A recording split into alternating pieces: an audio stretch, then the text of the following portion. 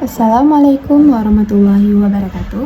Perkenalkan, nama saya Rizky Askia dengan NIM 250420082.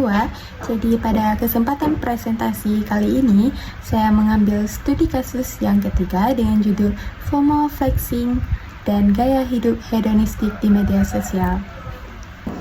Baik, pertama sekali saya akan membahas gambaran kasus nomor yang ketiga. Fenomena yang terjadi adalah mahasiswa terdorong gaya hidup konsumtif karena media sosial. Kasusnya adalah Rizky Maulana mengalami FOMO akibat melihat kehidupan sempurna di Instagram dan TikTok.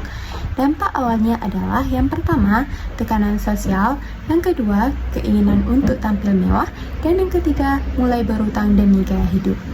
Selanjutnya, permasalahan utamanya adalah yang pertama FOMO, fear of missing out, yaitu takut tertinggal tren. Yang kedua, perilaku, meminjam uang dan pakai filter berlebihan, menyembunyikan kondisi ekonomi.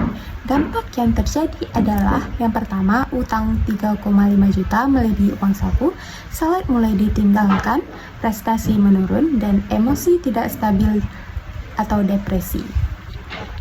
Pandangan Islam tentang studi kasus nomor 3 ini adalah, dalam Islam masalah ini muncul karena yang pertama ria dan sum'ah, yaitu pamer. Yang kedua israf, boros. Yang ketiga hasad, iri. Dan yang keempat hutang berlebihan. Padahal Islam mengajarkan kita untuk yang pertama qanaah, yaitu merasa cukup. Yang kedua zuhud, tidak diperbudak oleh dunia. Yang ketiga tawadhu, rendah hati. Dan yang keempat syukur, menghargai apa yang dimiliki.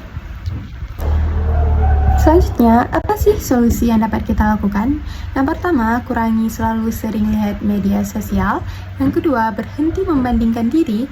Yang ketiga, belanja sesuai kebutuhan bukan keinginan. Dan yang keempat, dekatkan diri kepada Allah. Baik, saya akan menjawab sedikit jawaban dari pertanyaan studi kasus nomor yang ketiga. Yang pertama, FOMO dan perasaan tidak cukup termasuk penyakit hati, sehingga Islam melihatnya sebagai kurangnya syukur dan qanaah, dan juga dipicu oleh ria dan cinta dunia yang berlebihan. Cara mengobatinya adalah dengan perbanyak bersyukur, mengurangi perbandingan sosial, mendekatkan diri kepada Allah Subhanahu wa Ta'ala, dan merasa cukup dengan rezeki yang kita miliki. Yang kedua, perbedaan antara menikmati rezeki halal dilakukan secara wajar dan tidak berlebihan, dan tidak mudah pamer kepada media sosial ataupun orang lain. Sedangkan israf atau boros adalah hal yang berlebihan dan hanya untuk memenuhi gengsi, tidak sesuai kebutuhan, dan melanggar prinsip kesederhanaan. Yang ketiga, ada pandangan Islam tentang perbandingan sosial adalah Islam melarang iri dan membandingkan secara negatif, sehingga dianjurkan untuk melihat ke bawah dalam hal dunia agar kita selalu bersyukur, dan melihat ke atas dalam hal beribadah agar kita termotivasi. Sikap terhadap kemewahan orang lain, yaitu tidak iri, tidak minder, dan tetap fokus pada diri sendiri. Yang keempat, cara membangun keamanan identitas bagi seorang mahasiswa, yaitu dengan mengenali diri sendiri, nilai diri bukan standar medsos, dan membangun kepercayaan diri dengan ilmu, akhlak, dan prestasi yang nyata, lingkungan yang positif, dan dekat dengan Allah Subhanahu wa Ta'ala. Sekian video presentasi saya, semoga bermanfaat bagi kita semua.